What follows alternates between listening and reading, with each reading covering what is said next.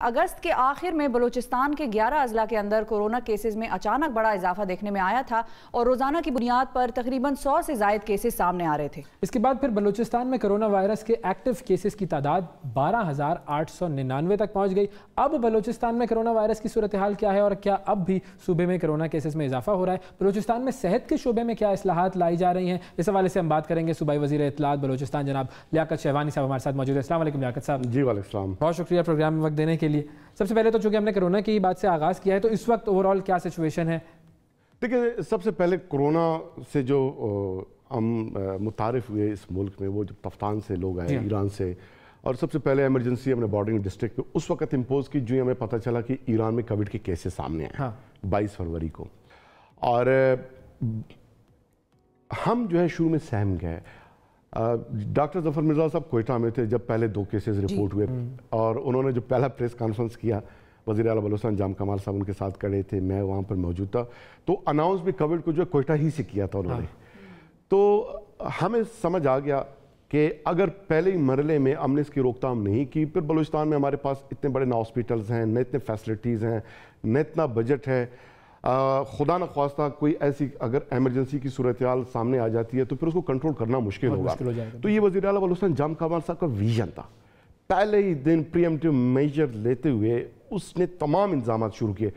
فوری طور پہ ہم نے 68 کوارنٹائن سینٹر اسٹیبلش کیے 8,000 لوگوں کے لیے ود ان اے منتھ، اور پھر ہم نے 96 آئسولیشن فیسلٹیز اسٹیبلش کیے، 2148 بیڈڈ۔ اچھا، تمام ہاسپٹلز میں بلوچستان کے 30 سے 40 بیڈڈ جو ہے آئسولیشن فیسلٹیز اسٹیبلش اور ان تمام جو فیسلٹیز آپ لوگوں نے بنائی، یہ جو بیڈ فیسلٹیز تھیں، آئسولیشن فیسلٹیز یا دیگر جو ہسپتالوں میں بہتری لے کے آئے آپ لوگ کووڈ کے لیے، اس میں کتنی % کیپیسٹی تھی جو اس کووڈ کی پیک کے دوران آپ لوگ اس کیپیسٹی تک پہنچے؟ ہمیں صرف ایک چیز کا خطرہ تھا کہ وینٹیلیٹرز کم نہ پڑ جائیں۔ وہاں پہ ہمیں نظر آ رہا تھا ایشوز ہیں۔ ہم نے انٹرنیشنل مارکیٹ میں آرڈر پلیس کیے تھے، NDMA کو ہم نے گزارش کی تھی، انٹرنیشنل مارکیٹ میں آپ کو پتہ ہے ان دنوں وینٹ، ماسک اور دنیا میں کہیں نہیں مل رہے تھے، لیکن باقی ہم نے سارے ارینجمنٹس کر لیے تھے۔ لیکن اللہ کا شکر ہمارے جو ایکسپرٹس ہیں انہوں نے پھر یہ ڈیسیشن بھی لیا کہ بہت مجبوری نہ ہو تو کسی پیشنٹ کو ہم وینٹ پہ شفٹ نہیں کریں گے۔ بائی پیپ سی پیپ ہم ٹریٹمنٹ ان کو دیتے رہے۔ ہارڈلی 3 سے 4 ہمارے ٹوٹل پیشنٹس ان ڈیورنگ پیک بھی وہ وینٹ پہ گئے، باقی ہم نے کسی کو ادھر نہیں چھوڑا، اور پھر ہم نے اس طرح ارینجمنٹ کی۔ اور لیکن پیک کے دوران جو 748 بیڈڈ ہم نے آئسولیشن فیسلٹی اسٹیبلش کیے تھے، اس میں صرف 3 ہمارے فیسلٹیز میں پیشنٹس تھے، باقیوں میں نہیں تھے۔ اچھا، لوگ شروع میں ٹیسٹ دینے نہیں آ رہے تھے کیونکہ اسٹگما ایک جڑا ہوا تھا کووڈ کے ساتھ۔ تو ہم نے دیکھا کہ اگر لوگوں کی اس اوپینین کو شروع میں مطلب ایک لوگ خوفزدہ تھے، پتہ نہیں سیمپل لے لیں گے، پازیٹیو آئے گا، مجھے آئسولیٹ کیا جائے گا 14 دن 20 دن 1 منتھ۔ اس وقت چائنا کا ایک ماڈل، جب چائنا پاکستانی وہاں پر انہوں نے روک لیے تھے تو ایک خوف تھی۔ پھر ہم نے لوگوں کو کہا کہ آپ کے گھر میں اگر اسپیس ہے آپ سیمپل دیں، ہم آپ کو آئسولیشن فیسلٹی میں نہیں رکھتے۔ سب سے پہلے یہ فیصلہ ہم نے لیا، اور پھر لوگ آئے، انہوں نے ٹیسٹ دینا شروع ہوئے، جو پازیٹیو ہوتے تھے ان کو گھر ہوم آئسولیشن میں ہم رکھتے تھے with certain SOPs، stamp paper پہ اوت ہم لے لیتے تھے۔ پھر ہماری RRT کی ٹیمیں ان کو آبزرو کرتے تھے، ان کی نگرانی کیا کرتے تھے۔ 18 اپریل کو ہم نے سب سے پہلے ایک نوٹیفیکیشن جاری کیا کہ بلوچستان میں کوئی شخص ماسک یا کپڑا اوڑے بغیر، چہرے پہ، ناک، منہ ڈانپے بغیر وہ باہر نہیں نکل سکتا۔ بعد میں دیگر پروونسز نے اور فیڈرل گورنمنٹ نے بہت بعد میں جا کے سب سے پہلے آپ لوگوں نے سب سے پہلے یہ ہم نے کیا، سب سے پہلے لوگوں کو ہوم آئسولیشن۔ ان کو کیا کہتے تھے آپ لوگ؟ جرمانے کرتے تھے یا کوئی سزا ہوتی تھی اگر کوئی ماسک یا کپڑے کے بغیر نکل رہا ہے گھر سے باہر؟ جی ہم پہلے تو یہ کہ لوگوں کو متنبع کرتے تھے، بعد میں کچھ لوگوں کو ہم نے اریسٹ کیا، پھر ہم نے ڈیسیشن لیا کہ اگر کوئی اس کی وائلیشن کرتا ہے اسے پکڑ کے ہم کوارنٹائن سینٹر میں رکھیں گے۔ تو اس کے بعد جو ہے وہ کوارنٹائن سینٹر کا نام جو ہے وہ اتنا خوفناک تھا، جیل سے بھی زیادہ لوگ اس سے خوفزدہ ہو جایا کرتے تھے۔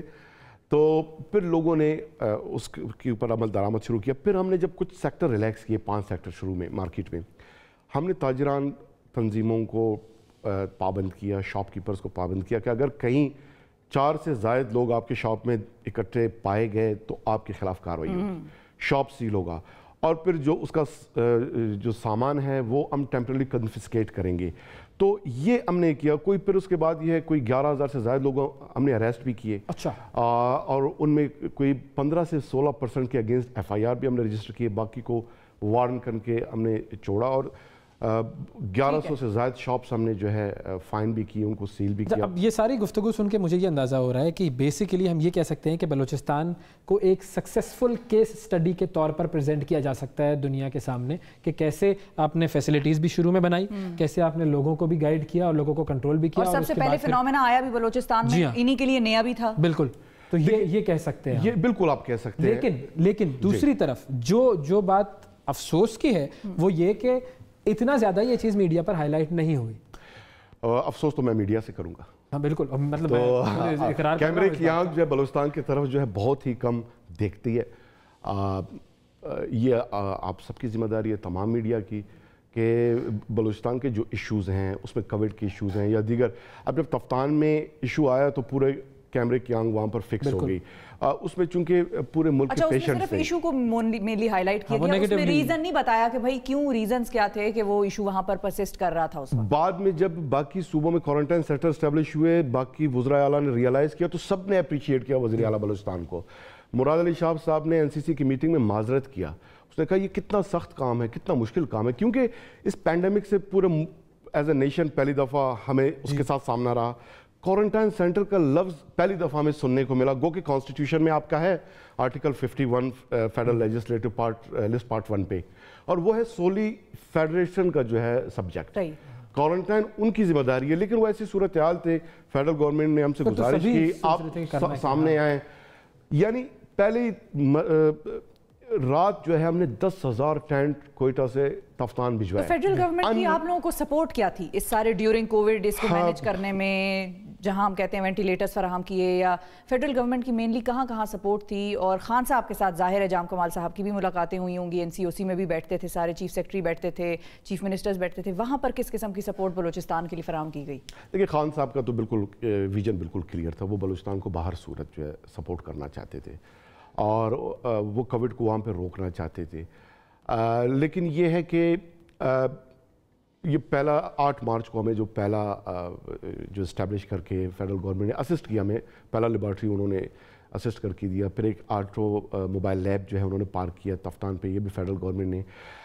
कुछ किट्स हमें शुरू में फराहम किए, किट्स की जब कमी आई तो उसमें हमें काफ़ी दुश्वारी का सामना रहा, और वेंटिलेटर जो हमारा रिक्वायर्ड हमने गुजारिश की थी कोई 145, वो सारे नहीं मिले। तो वो गिले शिकवे भी हमारे साथ साथ चलते रहे, लेकिन फिराक दिली के साथ जहां उनके पास एनडीएमए के साथ इक्विपमेंट इंस्ट्रूमेंट वगैरह अवेलेबल हुए, उन्होंने हमें फराहम किया। मतलब अब तनहा नहीं छोड़ा और बलूचिस्तान गवर्नमेंट को सपोर्ट करते रहे, और एहसास प्रोग्राम में उसमें फाइनेंशियल जो है उस पूरे मरले में लॉकडाउन के उन्होंने बलूचिस्तान के जो गरीब लोग हैं उनको उन्होंने सपोर्ट किया। तो अगर ओवरऑल हेल्थ सेक्टर की बात करें तो ओवरऑल हेल्थ सेक्टर के अंदर कितनी इंप्रूवमेंट आई है इन 2 सालों में बलूचिस्तान के हवाले से? चूंकि बहुत सारी बातें लोग मीडिया पर नहीं देखते हैं, तो वो आपके मुंह से अगर पता चले तो ज़्यादा बेहतर होगा लोगों के लिए। देखिए, जाम कमाल साहब का विजन, उसमें 3 शोबे जो है उसने टॉप प्रायोरिटी पे रखे थे आते साथ ही, हेल्थ, एजुकेशन और फिर इंडस्ट्रियलाइजेशन, लोगों को जॉब्स फराहम करना। बलूचिस्तान का सबसे बड़ा मसला अनएम्प्लॉयमेंट है, इंडस्ट्रीज़ वहाँ पे नहीं है। एग्रीकल्चर हमारा 96 के ड्राउट के बाद उसमें कुछ रहा नहीं, लाइव स्टॉक हमारा तकरीबन तबाह बर्बाद हो चुका है, वहाँ पर रोज़गार नहीं है। सरकारी मुलाजमी 3.5 लाख है बलूचिस्तान में, मज़ीद कैपेसिटी नहीं है, आप कहाँ लोगों को रखेंगे? गो के हम अब इस बजट में भी 6,500 नए जॉब्स हमने क्रिएट किए हैं, कुछ पुराने बजट के मौजूद हैं, कोविड की वजह से उन पर तैनातियाँ जो है नहीं हो सके। हेल्थ पिछले साल भी, यानी बलूचिस्तान की तारीख का पहला कैंसर हॉस्पिटल वो पिछले साल ही हमने उसकी एलोकेशन कर ली थी, और 4 फरवरी को उसका इनाग्रेशन भी हुआ, ग्राउंड ब्रेकिंग सेरेमनी हुई है, ट्रेंडिंग प्रोसेस में है।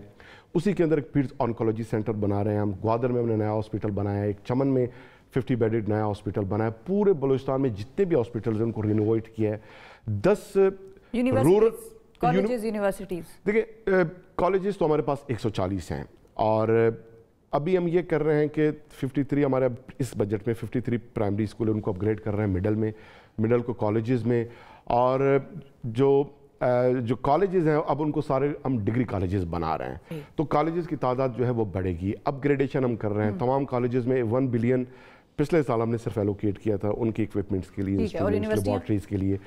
यूनिवर्सिटीज़ तो हमारे साथ हैं बलूचिस्तान में, और उसमें 3 मेडिकल कॉलेजेस हैं, उनको फ्यूचर में यूनिवर्सिटी का दर्जा दिया जा सकता है, अभी तक वो नहीं दिया गया। लेकिन ये कि यूनिवर्सिटी चूँकि उसके लिए वसाइल चाहिए और वसाइल हमारे पास बलूचिस्तान में बहुत कम है। टोटल जो है 100 अरब का हमारा डेवलपमेंट का सालाना बजट है, तो वो भी अभी हमने 2 सालों में इस पे इजाफा किया है। फेडरल गवर्नमेंट आती है कि जहां वसाइल कम हो तो वहां पर सपोर्ट फराहम की जाए। और ज़ाहिर हम सबको इस चीज़ पर आगे बढ़ना चाहिए, तमाम सूबों की तरफ जितनी तवज्जो होगी हर सूबे की तरफ तवज्जो होनी चाहिए ताकि पूरा पाकिस्तान आगे बढ़े। बिल्कुल, बहुत शुक्रिया अदा करेंगे लियाकत शहवानी साहब, आपने वक्त निकाला हमारे लिए।